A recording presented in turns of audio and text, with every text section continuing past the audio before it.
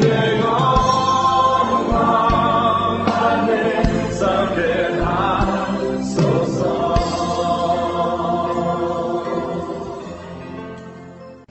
말씀 한 군데 보겠습니다. 갈라디아서 4장 10절이에요. 이제 내일이 크리스마스 날이죠. 소위 성탄절 날입니다. 그래서 이제 내일은 교회들이 다 모여서 예배도 드리고 이렇게 하는데 저희들은 따로 모이지 않습니다. 모이지 않으니까 그렇게 아시고, 근데 왜 모이지 않느냐 이제 그런 부분을 조금 말씀드리고, 갈라디아서 4장 10절 찾으셨죠? 거기 보시면 너희가 날과 달과 절기와 해를 삼가 지키니 내가 너희를 위하여 수고한 것이 헛될까 두려워하노라. 요 말씀이에요.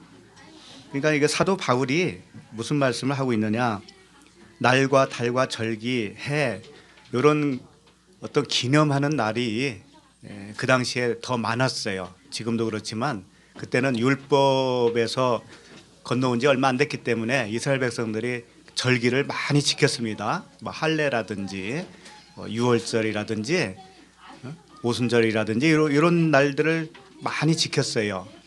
근데 사도 바울은 할례나 무할례나 그게 아무것도 아니다. 그리스도 안에 들어오면 아무것도 아니다. 그 달과 절기가 무슨 이유인지 무슨 의미인지 아냐, 그런 거죠. 의미를 아는 게 중요해요. 그걸 지키는 게 중요해요. 아는 게 중요해요. 아니 부모 사랑을 아는 게 중요하지, 부모 사랑을 모르는데 맨날 용돈만 조금 보낸다고 해서 그게 부모한테 효도하는 건가요? 사랑을 알면 그냥 가지잖아요. 몸이 가지잖아요. 그렇게 되는 것이 진짜예요.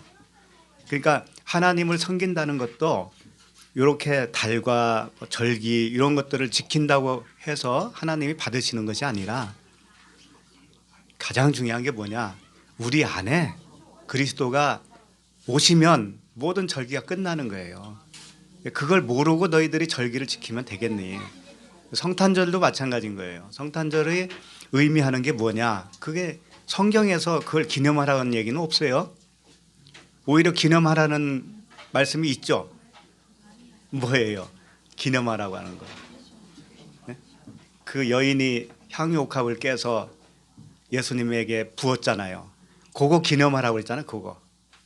네? 그리고 또 뭐 기념하라고 그랬죠? 하라고 하는 건 안 하고 하지 말라는 건 해요. 그러니까 의미가 중요한 거예요. 우리 안에 예수님이 탄생하는 게 뭔지 알아요? 우리 안에 예수님이 탄생하는 거. 복음을 듣고 내 마음판에 새겨지기 시작하잖아요. 그게 이제 탄생이에요. 그때가. 그러면 그 진리의 말씀에 의해서 내가 그리스도와 함께 죽었구나 라고 하는 것을 알게 될 거 아니에요. 그럼 그때 십자가에서 죽은 거예요. 그러면 내 안에서 다 이루어지는 일이잖아요, 그게. 그리고 나서 성장하는 거예요. 그러니까 절기, 해 이런 것들을 지키는 것을 사도 바울이 뭐라 했냐면, 내가 너희들을 위하여 수고한 것이 헛될까 두려워하노라. 내가 복음을 그렇게 설명을 했는데 못 알아듣고 옛날로 다시 돌아가느냐, 이걸 이제 통탄하게 여긴 거죠. 그렇게 하면 안 된다 이거예요. 그러면 무조건 하지 마는 게 또 율법에서 나온 것이냐? 뭐든지 하지 말아야 된다고 그래요. 또 어떤 분들은 이것도 율법 저것도 율법이니까 손 하나 까딱하지 말아야 된다는 거죠. 응? 그런 분들은 밥도 드시지 말아야 돼요. 밥 먹는 것도 율법이야. 그분들에게는. 그러니까 말씀을 오해하면은 다 하느냐 마느냐로 결정 지으려고 그래요. 한 달 내내 우리가 모임에 잘 참석하는 사람을 보면서 저 사람은 율법적이다 라고 은근히 생각하는 사람도 있다니까요. 그 모임에 안 나가는 자기가 의롭다 이거예요. 더 나는 율법 지키는 게 아니니까 지금. 복음이 그런 거겠냐, 이거 그런 거겠냐. 사도 바울이 이런 말씀을 했습니다. 제가 읽어드리면 고린도전서 9장 20절에 보면 유대인들에게 내가 유대인과 같이 된 것은 유대인들을 얻고자 하며 율법 아래에 있는 자들에게는 내가 율법 아래에 있지 아니하나 율법 아래에 있는 자 같이 된 것은 율법 아래에 있는 자들을 얻고자 하며. 이 말씀을 어떻게 하실 거예요? 사도 바울도 율법 아래에 있는 자들을 구원하기 위해서 자기가 율법 아래에 있는 것처럼 행세했다는데 우리가 감히 사도 바울도 안 되는 우리가 감히 요건 율법이야 저건 복음이야 그렇게 말할 수 있느냐 이거죠. 그래서 진짜 율법 아래에 있다는 것이 뭔지를 좀 오늘 좀 확실하게 하려고 그래요. 오늘 확실하게. 올해가 지나가기 전에. 많이들 오해를 하니까. 왜? 율법 아래에 있으면 죄인이고 율법 아래에서 나오는 게 구원이라고 하니까 그 율법이 정확하게 뭔지를 모르고 뭐든지 그 행위를 말하는 거예요. 열심히 하는 사람을 가르쳐서 율법주의래요. 열심히 안 하는 자기는 그럼 의인이라는 얘기잖아요. 언제 하나님이 그런 말을 했냐고요. 그런 말씀을. 안 그래요? 그래서 갈라디아서 5장 13절을 보시겠습니다. 13절부터 보시면 형제들아 너희가 자유를 위하여 부르심을 입었으나 그러나 그 자유로 육체의 기회를 삼지 말고 오직 사랑으로 서로 종노릇하라. 자, 형제들아 자유를 위하여 부르심을 입었다라는 건 뭐예요? 그 율법 아래에서 나왔다라는 말씀이죠. 네, 좋아요. 거기까지 좋아요. 자유로 부르심을 받았다. 그런데 그걸 다르게 설명하면 성령의 삶으로 바뀌었다라는 말씀이 돼요. 요걸까지 못 하는 거예요, 사람들이. 성령의 삶으로 사는 것까지 되어야 되는데 율법에서 나온 것만 생각해. 그래서 뭐든지 안 해. 안 해야 장땡이야. 그래서 제가 늘 하는 말씀이 밥도 먹지 말라고 해서 밥도. 밥 먹는 게 사실은 진짜 신령한 밥을 먹는 거에 대한 모형이잖아요. 네? 그러면 그걸 알았으니까 밥 먹지 말아야 되잖아요. 근데 왜 먹어? 왜? 그래서 육체의 기회를 삼지 말고 오직 사랑으로 서로 종노를 하다. 이 말씀이 뭐냐면 육체의 기회를 삼는 것이 율법의 삶이에요. 육체의 기회. 그럼 육체가 뭐예요? 육체가. 자기가 주인 된 것이 육체예요. 네? 한마디로 말하면 내가 내 생각대로 하는 게 육체란 말이에요. 그래서 이 말씀은 계속 율법을 육체로 표현합니다. 율법을 육체로 표현해요. 그럼 육체라는 건 이 살덩어리가 육체라는 게 아니죠. 육적인 생각 자체가 그 마음 자체가 육체라고 하는 겁니다. 그런데 그걸 율법과 동일시하고 있는 거예요. 다시 말해서 율법 아래에서 나왔다는 말씀은 내 육체의 상태에서 죄의 상태에서 빠져나온 것을 말하는 거예요. 그래서 이 말씀이 계속 성령과 육체를 번갈아 가면서 설명을 하고 있어요. 그래서 나중에 보면 성령의 열매 9가지 아시죠? 그렇게 돼야 되는 거예요. 우리가 성령으로 바뀌었으면 그렇게 살아야 되는 건데 그렇게 살지는 않으면서 뭐 하면은 율법적이다. 뭐 안 하면 이건 복음적이다. 이렇게 생각한다니까요. 이거 굉장한 큰 오산입니다. 그래서 오늘 그걸 좀 보려고 그래요. 자, 그러면 5장 14절 보세요. 5장 14절. 온 율법은 내 이웃 사랑하기를 내 자신과 같이 하라 하신 한 말씀에서 이루어졌나니. 율법에서 나왔다고 하는 것은 율법이 완성됐다는 뜻입니다. 율법의 완성은 뭐라고 그랬어요? 사랑이라고 그랬죠. 그러니까 율법에서 우리가 나왔다고 하는 것은 내가 사랑이 됐다는 얘기예요. 사랑이 됐느냐 이거죠. 그걸 봐야 돼. 그걸 안 보고 율법에서 나온 것만 생각을 해. 율법적인 그런 뭐죠? 교회에서 하는 그런 것들이 있어요. 물론 있습니다. 근데 그거 안 한다고 해서 율법에서 나온 게 아니라니까요. 사랑은 율법의 완성이라는 그런 뜻이에요. 15절. 만일 서로 물고 먹으면 피차 멸망할까 조심하라. 이게 무슨 뜻일까요? 만일 서로 물고 먹으면 피차 멸망한대요. 뭐예요 이게? 무는 게 뭐예요? 먹는 건 뭐고? 물고 먹고 그러면 이게 피차 멸망하니까 싸우는 거잖아. 싸우는 거. 서로 싸우는 거죠. 물고 먹으니까. 근데 이것은 뭐냐면 무는 게 뭐냐면요. 못된 걸 가르치는 거예요. 율법과 복음에 대해서 잘 모르는데 그걸 잘 모르는 채 가르치잖아요. 그러면 그 사람을 물은 거예요. 물었어요. 그러면 그 물었는데 그걸 덜컥 먹었어. 덜컥 먹었어. 그러면 못된 걸 먹은 거잖아요. 먹은 사람도. 그럼 피차 멸망하는 게 맞잖아요. 응? 그러니까 잘못된 복음을 가르치면 그게 무는 거고요. 그걸 받아 먹으면 먹는 거예요. 그러면 같이 된 거잖아요. 같이 멸망하는 거잖아요.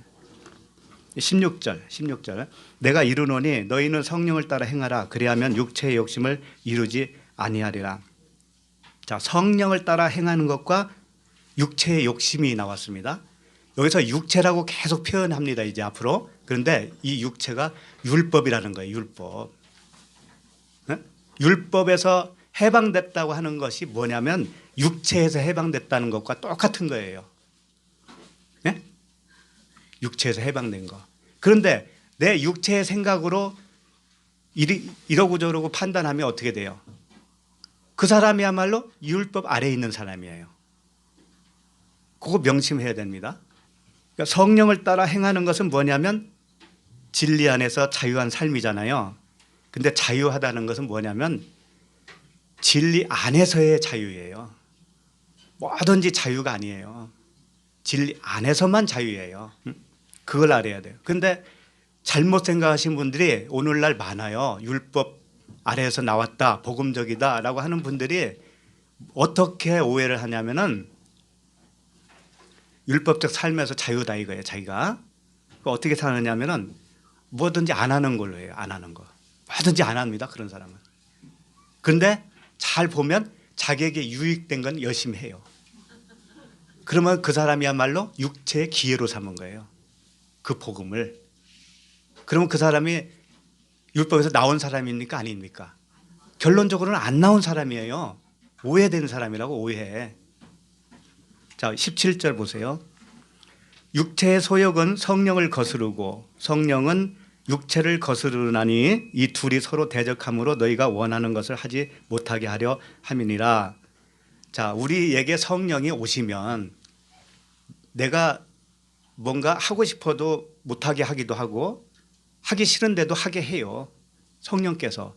그렇게 해서 육체의 소욕을 이루지 못하게 합니다. 그런데 지식으로 복음을 듣는 사람은 어떻게 되냐면 성령이 그를 주관하는 게 아니고 자기 식으로 받아들인 지식으로 해요. 그런 분들은 육체의 소욕으로 돌아갈 수밖에 없습니다. 결국은. 그래서 18절 보세요. 너희가 만일 성령의 인도하시는 바가 되면 율법 아래에 있지 아니하니라.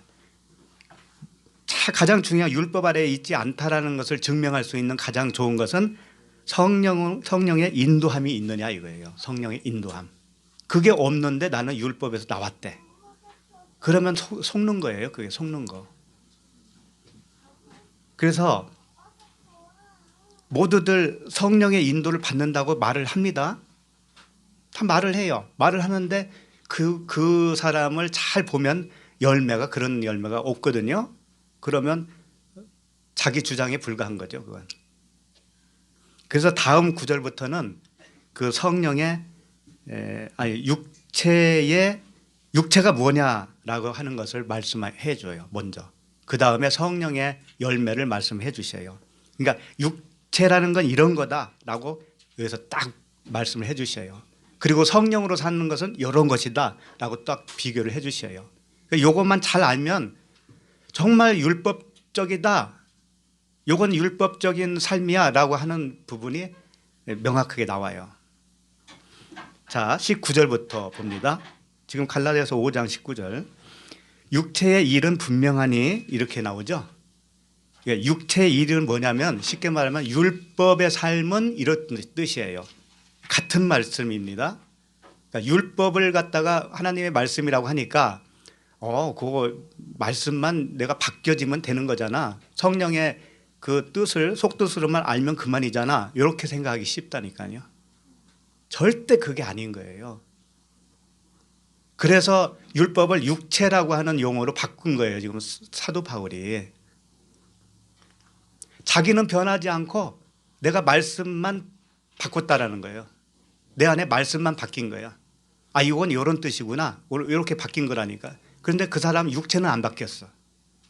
이게 무슨 소용이냐고. 이게 무슨 소용이에요 이게. 그래서 육체의 일은 분명하다는 거예요. 곧 음행과 더러운 것과 호색과 이렇게 시작이 됩니다. 여기서 음행이라고 하는 것은 뭐겠어요? 물론 영적인 의미를 말하고 있는 거예요. 그런데 그러면 육체의 음행을 해야 됩니까? 안 하는 것은 물론이거니와 이렇게 될 거 아니에요.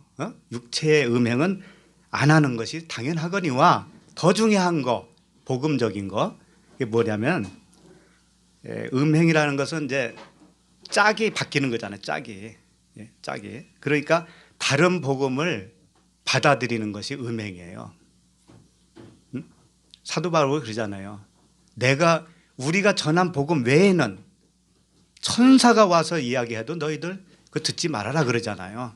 그러니까 그 복음을 그대로 고수하지 못하고 여기 기고 저기 기도 하다가 자기 구미에 맞는 말씀으로 짝을 이루어 버리는 거예요. 그러면 그것이 음행이에요. 그럼 더러운 것은 뭐냐?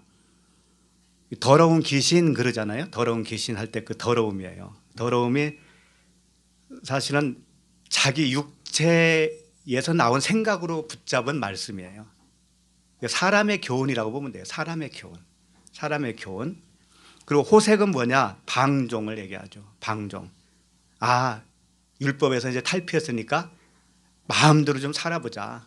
옛날에는 이렇게 하면은 죄라고 그러고 저렇게 해도 죄라고 그랬는데 알고 보니까 진짜 죄는 그런 게 아니라네. 그러면 마음껏 살아보자. 이거 일요일 날 놀러 다니고 할 거 다 하자 그냥. 그쪽으로 나가는 거예요. 그쪽으로. 그러니까 그렇게 해도 안 해도 그 사람에게는 똑같아요. 왜? 성령의 인도함을 못 받고 있거든요. 중요한 건 성령의 인도함을 받느냐 이거죠. 받는데 그 모양으로 살 수 있느냐 이거예요. 그러니까 그런 사람들 보면 세상 사람들과 구분이 안 돼요. 더해. 세상 사람들하고. 율법에서 탈피했다 이거예요. 나 구원받았다 이거지. 그렇게 가면 안 된다 이거예요. 그 다음에 20절 우상 숭배와 주술과 원수 맺는 것과 여기 보면 우상 숭배가 있죠. 우상 숭배는 다른 하나님을 섬기면 우상 숭배죠. 성령이 없으면 우상 숭배예요 그냥. 그 다음에 주술은 뭐냐면 마술 요술이에요. 그러니까 이런 거 있잖아요. 세상 지식을 섞어서 이렇게 복음을 전할 때 세상적인 지식이 엄청 많아요. 그래서 이 복음을 거기다 믹스를 해. 그래서 어떤 철학적으로 전한다든가 그렇게 또 그런 걸 좋아하는 사람들이 거기에 또 동조를 하죠. 그게 주술이에요. 그 다음에 원수 맺는 거. 원수 맺는 건 뭐가 있어요? 하나님과 원수 되는 거거든요. 이게. 그러면 하나님과 원수 되는 것은 뭐냐? 복음으로 사는 자와 원수를 맺잖아요. 그러면 하나님과도 원수가 되는 거예요.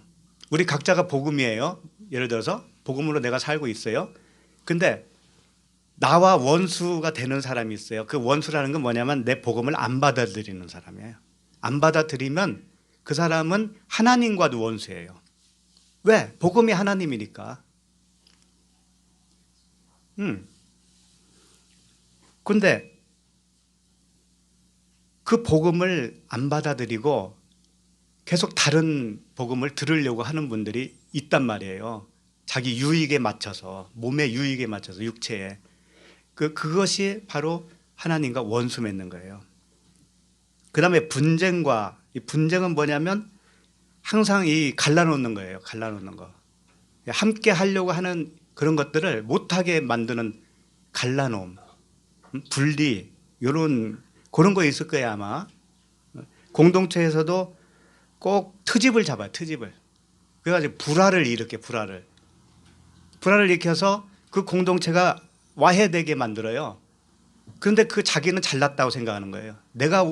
자기는 그게 옳다고 생각하는 거예요. 요게 뭐예요? 율법에서 아직 못 빠져나온 사람이다 이거예요. 그런 것이 바로 그렇게 하는 사람들이 율법이라는 것을 꼭 무슨 형식만 생각하는데 형식은요. 사도 바울이 먼저 그랬잖아요. 율법 아래에 있는 사람에게는 자기도 율법 아래에 있는 사람 모양으로 간다 이거예요. 그러면 자기도 그 형식을 가지고 들어가겠다 그런 말씀 아닙니까? 그래서 그들을 구원해 내는 작전이잖아요. 그러니까 겉으로 봐가지고는 겉으로 봐서 율법이다 아니다 그걸 함부로 말하는 게 아니라니까요. 예를 들어서 우리도 내일 성탄절 모임을 할 수 있어요. 그 못하려는 법 없잖아요. 한다고 해서 그게 율법이냐 이거예요. 아니잖아요. 그 진실을 알고 하면은 그건 상관없는 거라니까. 진실을 알고. 그래서 모른 채 그냥 그날을 기념하자 이렇게 해서 모이면 그 엉뚱한 것이 되는 거잖아요. 그런 걸 차이를 얘기하는 거예요. 그리고 시기와 분냉과 근데 시기는 영적인 우월감에 빠진 자가 시기하고 있는 거예요. 이런 분들이 있어요. 요즘도 그게 있더라고. 그러니까 자기가 영적 우월감에 빠져 있어요. 그러면 다른 사람을 시기할 수밖에 없어요. 그 사람은. 이렇게 하나로 되어져야 되는데 당신도 복음을 전하는 자입니까? 나도 복음 전하고 있거든요. 우리 같이 잘해봅시다. 이렇게 형제가 되는 게 아니고 나이벌로 생각을 해요. 나이벌로. 경쟁자로 생각을 해요. 그런 것이 뭐냐? 시기다. 영적 시기다. 그러면 어떻게 된 거예요? 그 사람도 육체에 있는 거잖아요. 아직 육체에 있는 거죠. 네.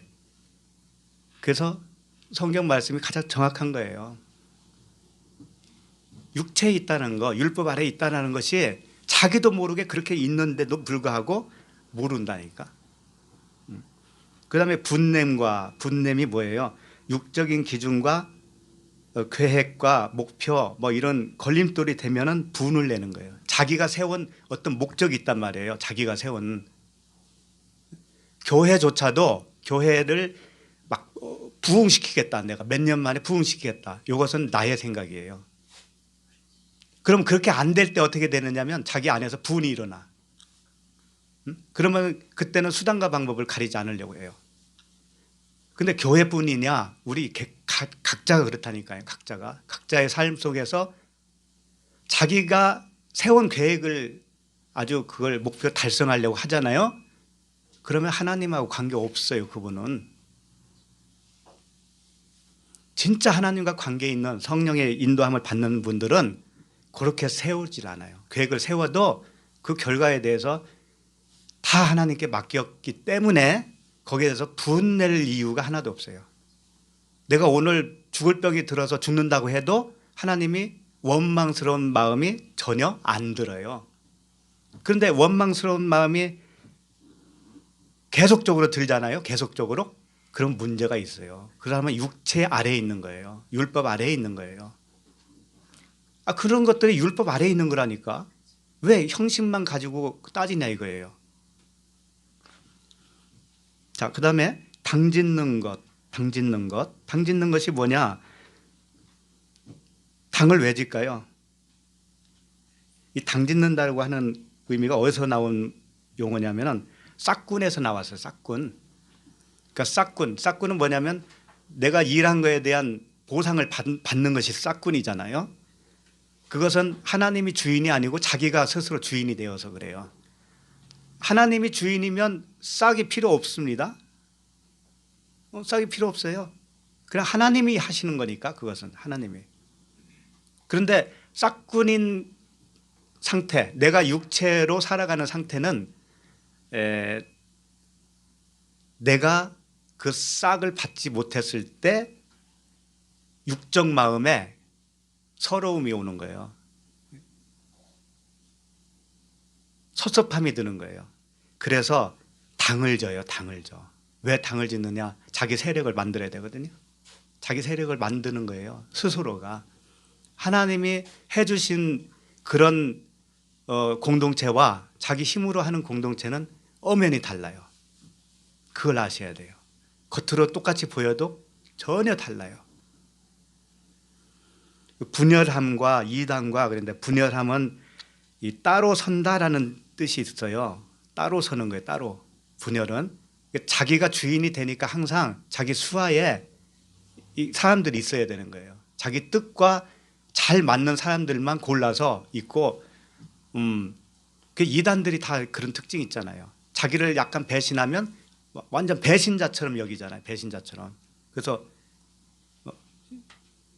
어디에 그 신천지 같은 그런 데서 한번 나오면은 엄청 힘들다고 그래요. 집에까지 쫓아오고 뭐 진을 치고 거기서 산대 옆에서. 그 나중에 이제 경찰을 불러야 그때서 이제 꼬리를 내린다고 하더라고요. 그러니까 혹시라도 신천지에서 나오고 싶은 분 계시면 무조건 경찰하고 이렇게 연계를 해 놓으세요. 그러면 그 사람들이 그건 무서워한다고 하더라고. 그것을. 네. 근데 경찰 부르는 거 왜 생각을 못 했을까요? 참 하여튼 미혹되면 뭐든지 생각도 안 나고 그래.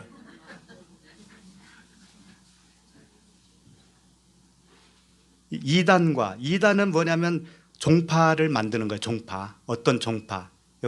복음이 아닌 다른 종파를 이단이라고 그러잖아요. 그 이단은 왜 이단이 생기냐면 자기 유익을 위해서예요. 순전히 자기 육체의 유익을 위해서 종파를 만들어 놓은 거예요. 그럼 만들어 놓고 장사는 해야 되니까 교리를 만들어. 교리. 그게 다 저 구원파 같은 그런 거잖아요. 다 교리를 만들어 놓고 교리만 가지고 하잖아요.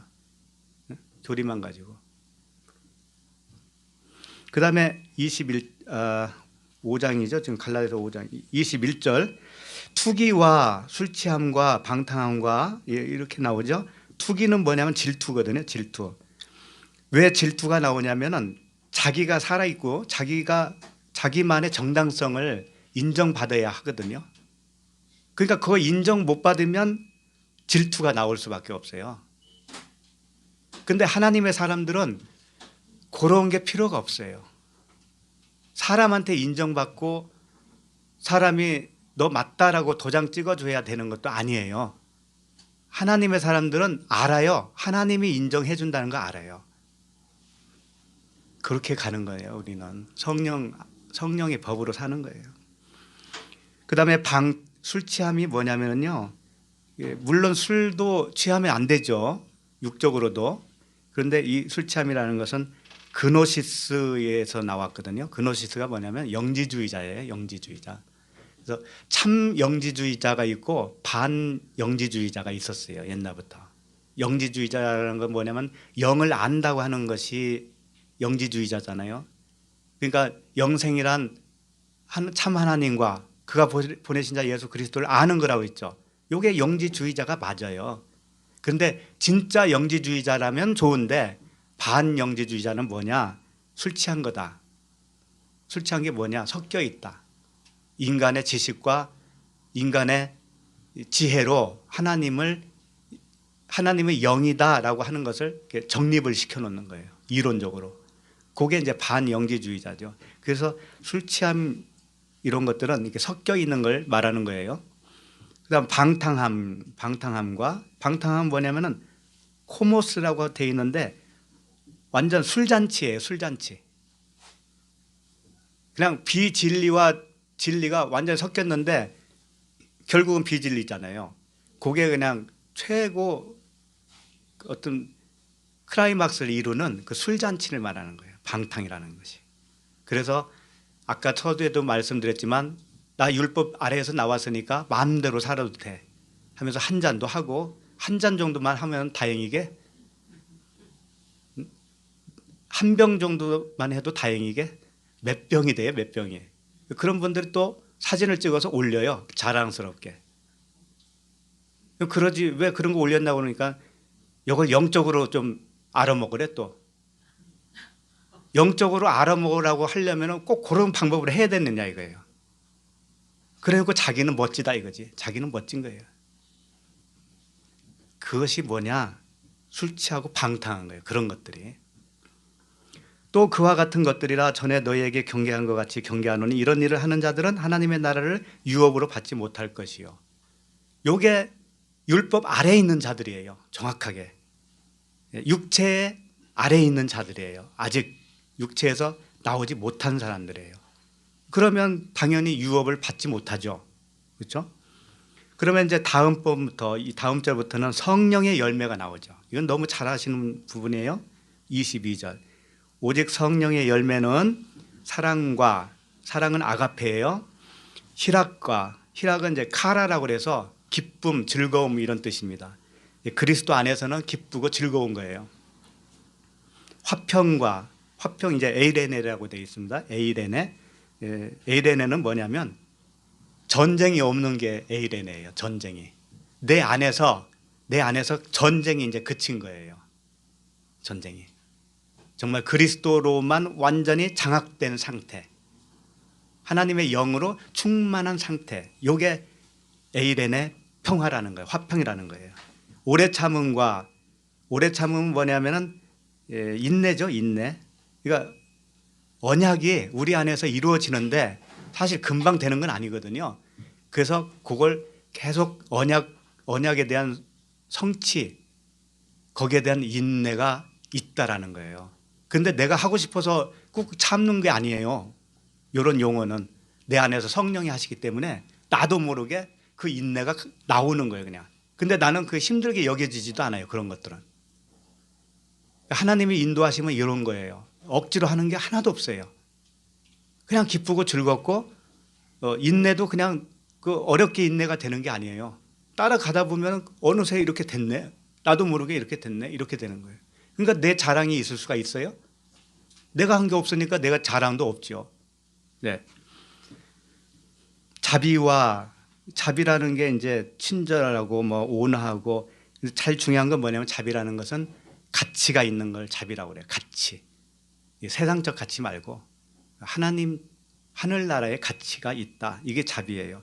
양선과 선함을 말하는 거죠. 토부. 충성이 이제 믿음을 얘기하는 거예요. 믿음, 신뢰, 확신. 하나님에 대한 믿음이 완전하게 복음의 믿음이 생긴 거예요. 그리스도의 믿음이 생긴 거죠. 이렇게 23절 온유와 절제니 온유는 그리스도의 온유예요. 나는 온유하고 겸손하니 그러잖아요. 예수님이 그랬죠? 그 온유와 겸손을 말하는 거예요. 온유해. 저분 보니까 항상 온유해. 이런 거 그것은 그림자예요. 그래서 진짜 그분이 겉으로도 온유하고 속으로도 온유하면 정말 짱이지. 그런 분들이 다 되기를 바랍니다. 근데 영적인 온유는 뭐냐? 그리스도의 온유이기 때문에 생명을 전할 수 있는, 복음을 전할 수 있는 그 상태가 온유예요. 그러니까 온유하다고 하는 것은 이 장성한 자의 상태를 말하는 거예요. 장성한 자. 그 다음에 23절 했나요? 23절 했고 24절 그리스도 예수의 사람들은 육체와 함께 그 정욕과 탐심을 십자가에 못 박았느니라. 이 말씀은 가장 많이 아시죠? 이 세 가지가 이제 십자가에 못 박힌 거예요. 뭐냐? 첫 번째 육체, 사르스. 육체의 생각을 얘기하는 겁니다. 육체의 생각이 이제 십자가에 못 박혔다 이거예요. 근데 육체의 생각이 무엇과 함께 못 박혔느냐? 정욕과 탐심이 십자가에 못 박혔다 이거예요. 정욕은 뭐냐? 파데마라고 하는 단어인데 이건 고통, 고난 그런 뜻이에요. 그러니까 수고하고 무거운 짐진 자들아 다 내게로 오라 그러잖아요. 그 수고운 무거운 짐이 뭐냐면 내가 주인이 되었을 때 수고운 무거운 짐을 지고 있는 거예요. 내가 나의 주인이 되면 그 상태가 고통이에요. 고통. 자기는 몰라요. 근데 잘 몰라. 거기서 해방되는 것이 십자가의 그 고통을 십자가에 못 박은 상태가 되는 거예요. 그 정욕과 함께 탐심을 못 박았다. 탐심은 에피투미아라고 하는 거예요. 이 욕심, 탐심 그런 뜻인데 왜 탐심, 욕심이 있느냐? 나의 바람이 있기 때문에 그래요. 나의 바람이 있기 때문에 그걸 이루기 위해서 하나님도 섬겨보고 저쪽에도 가보고 이쪽에도 가보고 해서 나의 욕심을 채우는 거죠. 그게 탐심이에요. 그래서 이스라엘 백성들은 그걸 어떤 모양으로 나타났냐면 하나님께 제사 지내는 거예요. 동물 잡아서 계속 정성스럽게 제사 지내요. 우리 기독교로 말하면 정성스럽게 헌금을 해도 다리미로 대래요. 빳빳하게. 똑같은 10만 원을 해도 다려서 드리면 더 값어치가 있다라고 생각을 하는 거예요. 그렇게 정성스럽게. 그게 뭐냐? 탐심이다 이거죠. 그런 모습이 어디서 나왔냐? 탐심에서 나왔다. 이런 뜻이에요. 그걸 십자가에 못 박아야죠. 그걸.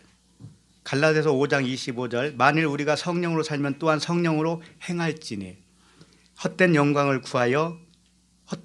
구하는 게 이생의 자랑이에요.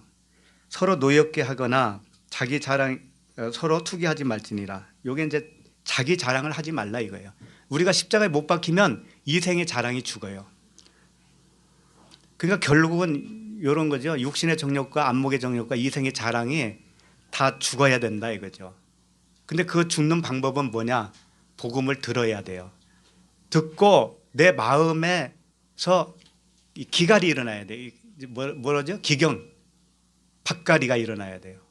서로 밭을 갈잖아요. 그렇게 일어나야 된다고요. 그래서 마음판이 새겨지고 그렇게 돼서 성령이 나를 인도하는 삶, 이게 진정으로 율법에서 벗어난 삶이에요. 전부 다 내 마음이 어떤 마음이냐 그걸 설명하고 있다고요. 그래서 율법적이다 아니다라는 것을 함부로 말할 게 아니에요. 그건 겉으로 판단하는 거예요. 그래서 이 마음 상태가 정말 성령의 인도함을 받고 있느냐, 이게 가장 중요한 거예요.